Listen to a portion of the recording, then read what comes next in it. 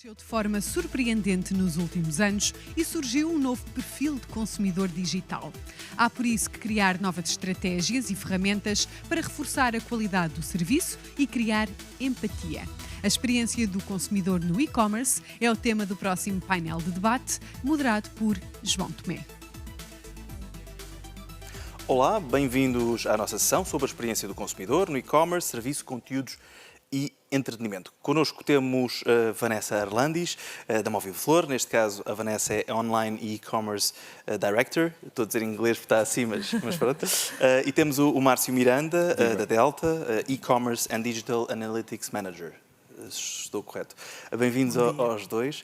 Podemos, se calhar, começar precisamente aqui com um bocadinho das ferramentas, usar a tecnologia, mesmo num cenário em Portugal, para um público mais português, as novas ferramentas que estão a surgir, como é que essa evolução tem sido feita? Sendo que, e já falámos aqui nestes painéis várias vezes, a pandemia o que trouxe foi mais gente próxima do digital, incluindo no e-commerce, mas eles também, se calhar, cada vez mais pessoas estão a experimentar coisas diferentes mesmo no e-commerce, a exigir um pouco mais. Como é que tem sido esta evolução? Começando aqui pelo caso da Moviflor.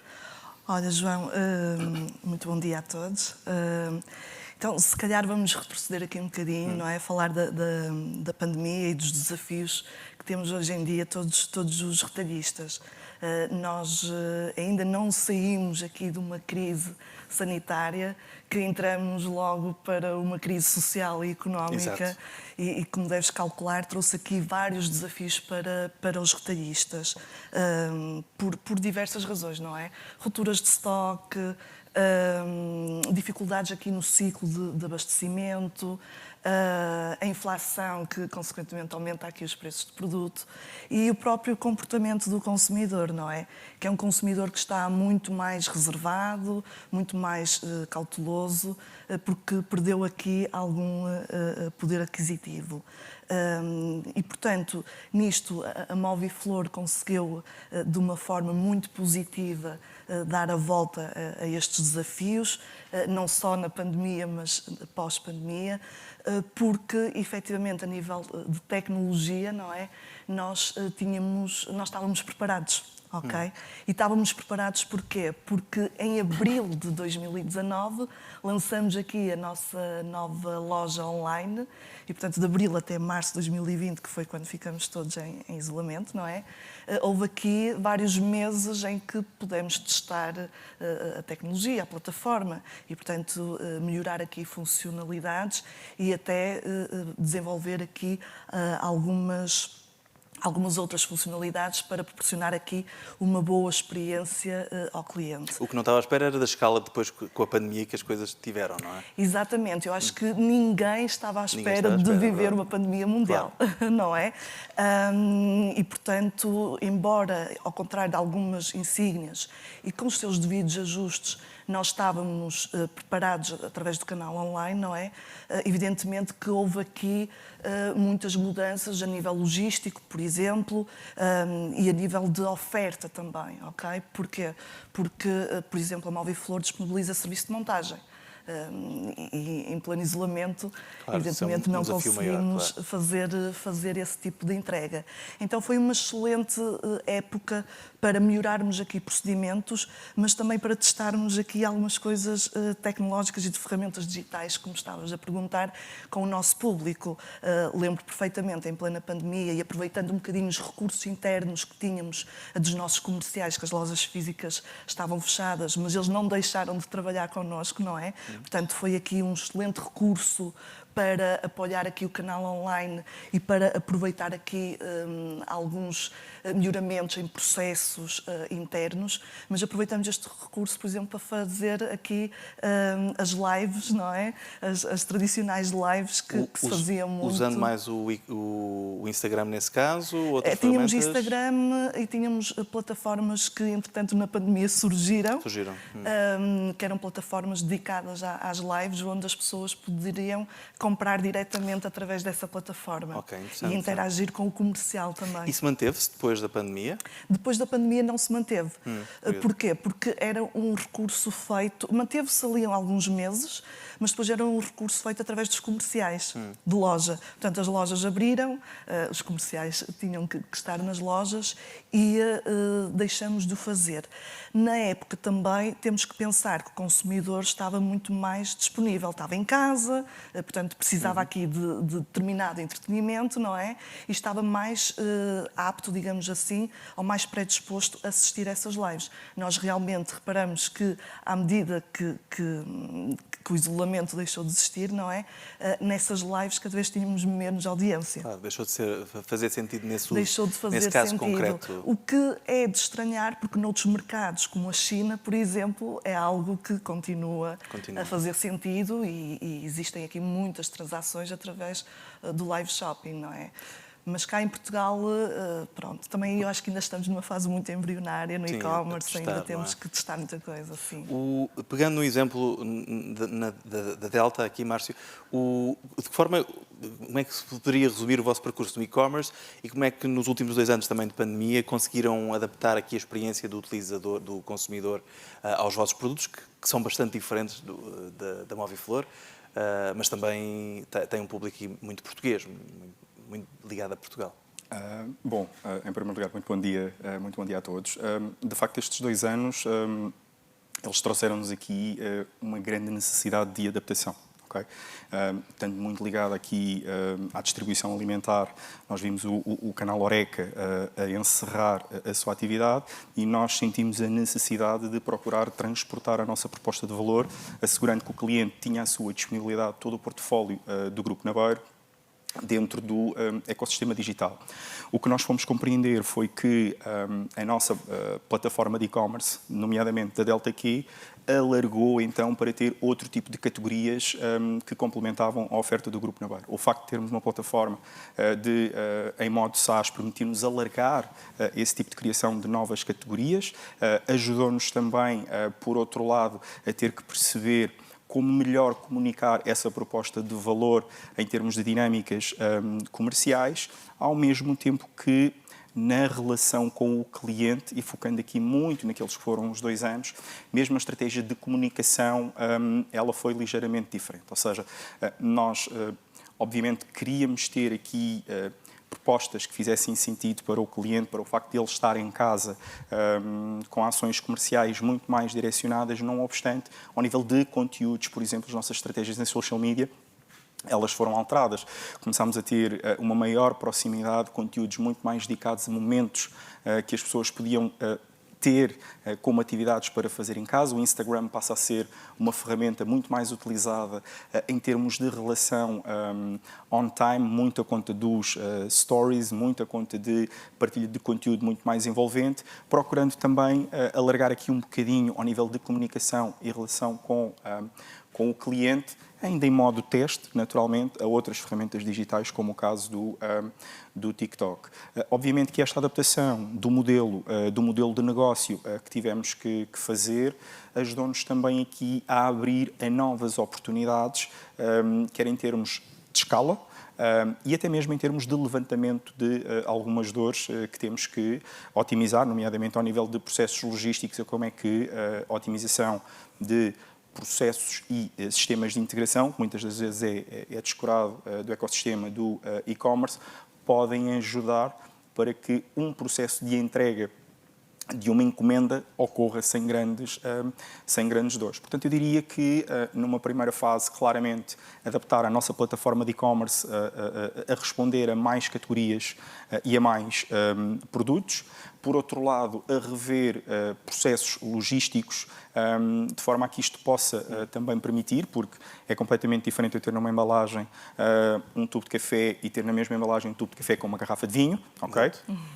A estratégia de comunicação, alargando também a forma de comunicar a plataformas digitais que não fazíamos e, por fim, perceber o que é que o mercado estava a fazer e que nós tínhamos que adaptar, nomeadamente, em plena pandemia, nós integramos o modelo de pagamento MBWay, que ao dia de hoje já representa aqui 35% das vendas do nosso canal. Ou seja, ao conhecermos um bocadinho... Canal e-commerce. Exatamente. Ao conhecermos um bocadinho o nosso consumidor, conseguimos perceber também quais é que são as ferramentas que ele usa ou quais é que são as ações que ele toma enquanto consumidor e para facilitar. O caso do MBWay foi um exemplo concreto que nós implementámos em plena pandemia com uma taxa de sucesso bastante interessante. Claro, e é curioso que há coisas que não parecem diretamente ligadas à experiência do consumidor, mas são a logística está ligada à experiência do consumidor. Se o consumidor não recebe a encomenda a horas e no prazo previsto, vai ter uma experiência muito pior, garantidamente.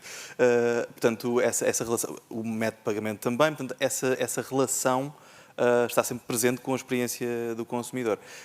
Entrando, e se calhar passando aqui para a Moviflor, não sei se tiveram a tentação e alguns resultados de experimentar experiências para o consumidor um pouquinho diferentes, usando ferramentas um pouquinho diferentes, apresentando as coisas no site de forma um pouco diferente.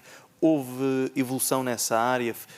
Presumo que não tenham entrado ainda no mundo da voz, das pessoas interagirem, encomendarem as coisas por voz. Não, mas nem na realidade aumentada, nem nada exato, disso. Estivemos no painel anterior a falar sobre realidade aumentada, precisamente. Sim. Mas a verdade é que há formas de apresentar as coisas e de ligar aos consumidores, já falámos um pouquinho da ligação às redes sociais, Sim. que permitem uma experiência com o consumidor mais integrada. Não é? Exatamente. Aliás, e uma das coisas que nos orgulha foi, por exemplo, tivemos esta informação na semana passada, que a Moviflor, num estudo sobre retalhistas de mobiliário e decoração, em que precisamente analisavam aqui a experiência de consumidor dentro das lojas online neste setor, divulgavam as 100 melhores lojas online na Europa e a Moviflor ficou ali na posição número 44, portanto é a primeira retalhista portuguesa a ocupar esta posição. Existem outras retalhistas em posições posteriores, mas quer dizer que, de alguma forma, estamos realmente a fazer um bom trabalho nisso, no que diz respeito à experiência do consumidor, onde eles analisam realmente diversos aspectos, como o merchandising visual, por exemplo, que falavas agora há um bocado, que é a apresentação dos produtos no site, ok? Exato. Só que antes disto, se calhar, estavas aqui a falar da voz, eu falei da realidade aumentada, mas nós temos que dar um passo atrás, e é uma coisa que eu friso muito cá no nosso mercado, que é fazer, e que pode parecer básico, João, mas a verdade é que há muitas empresas que não cumprem isto. E não cumprem porque tem muito que se diga. É difícil realmente fazer isto, que é fazer o básico bem feito. Okay? E o que é fazer isto do básico bem feito? É, ou seja, corresponder às expectativas do consumidor. O cliente está a pagar-nos por um produto ou serviço, não é? E, portanto, o que nós temos que fazer é cumprir o mínimo expectável, é fazer com que aquele produto ou serviço esteja em conformidade e corresponda aqui às expectativas do consumidor e que seja entregue nas datas que são prometidas a este consumidor, não é? E, portanto, pegando aqui um bocadinho os desafios que o Márcio trouxe sobre a logística e os métodos de pagamento, muitas vezes fazer este básico bem feito é difícil. É difícil porquê? Porque, efetivamente, o ecossistema de e-commerce em Portugal ainda está numa fase muito embrionária.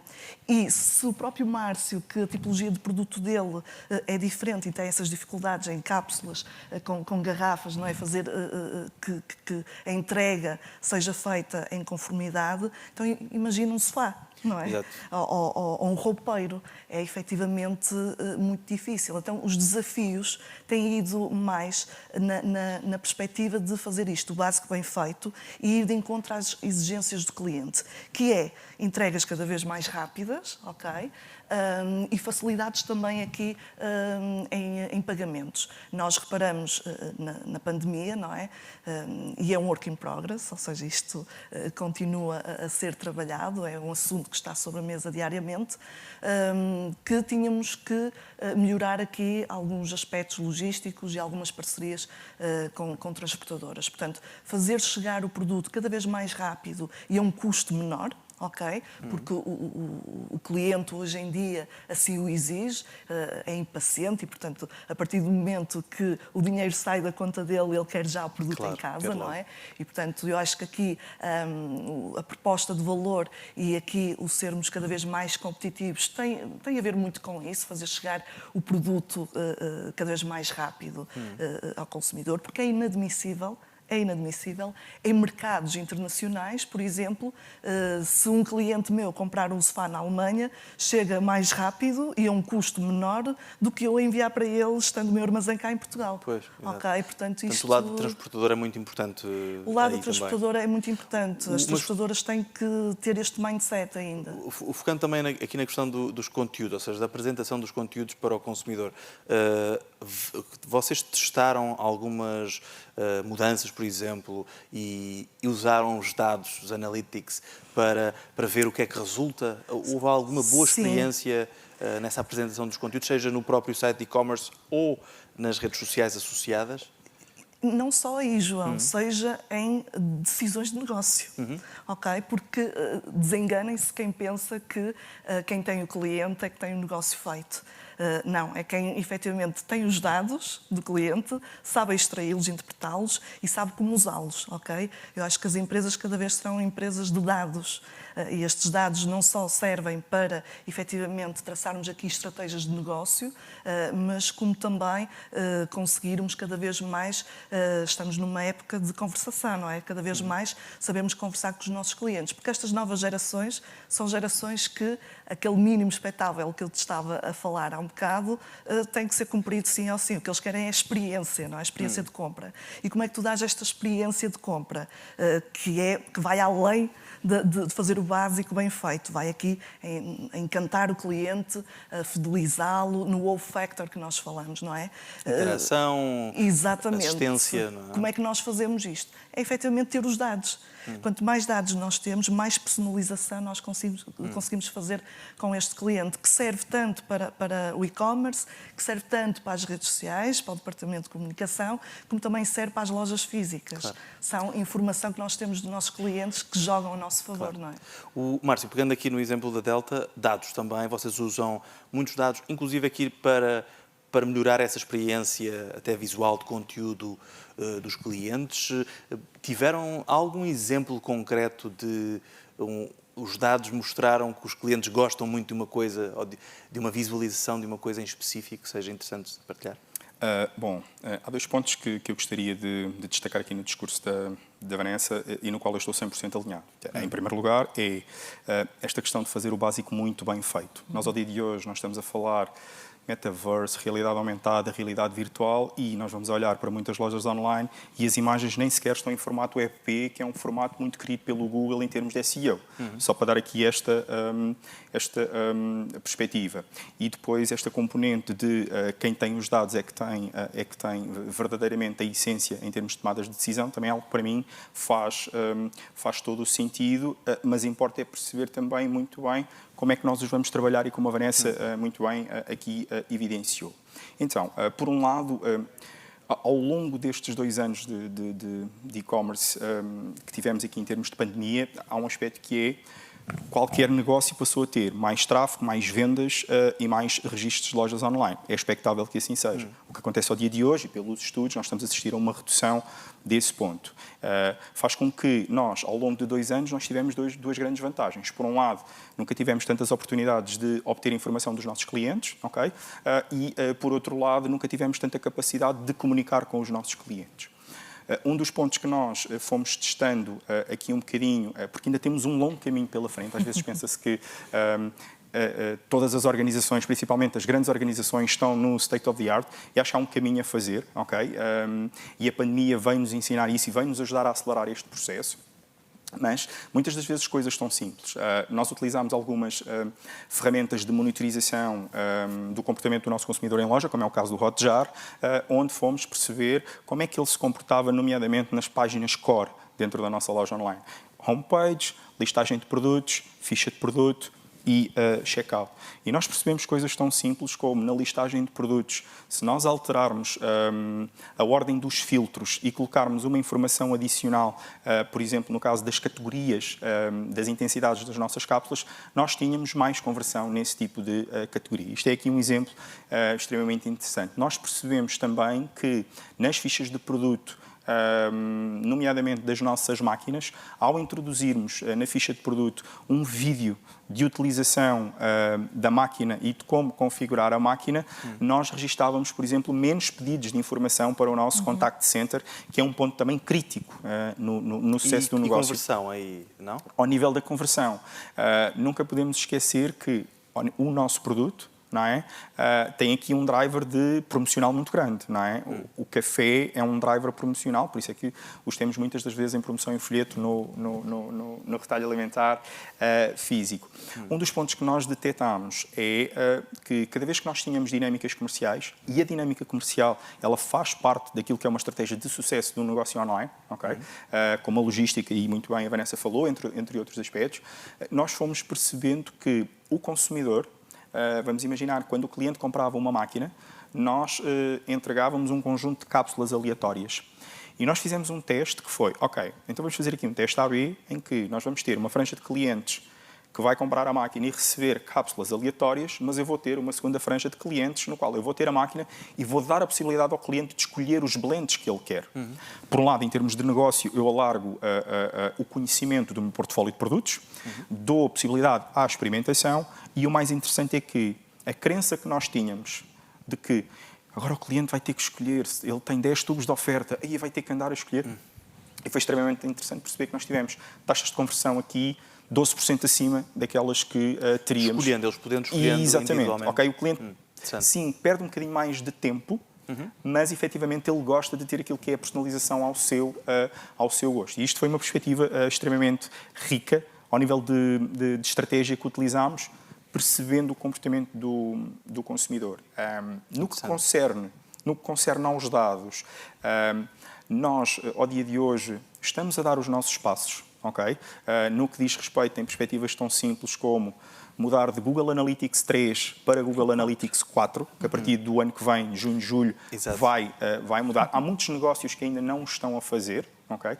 E isto é muito relevante no sentido em que, se eu vou fazer uma Black Friday hoje, vou fazer para o ano, como é que eu vou comparar de Google Analytics 4 para Google Analytics 3? E isto é muito importante, mas mais do que a componente das ferramentas, nós temos que ter aqui uma verdadeira estratégia, por um lado, de modelos de atribuição, okay? E um mindset data-driven, que não é nada mais, nada menos do que termos aqui a capacidade de cruzarmos os dados de vários touchpoints, ok? Ok, como é que é o comportamento na minha loja que o meu Google Analytics me diz, em termos de conversão por device, em termos de conversão por localização e por idade, e perceber como é que eu caso isto com os meus dados transacionais que obtenho do meu ERP.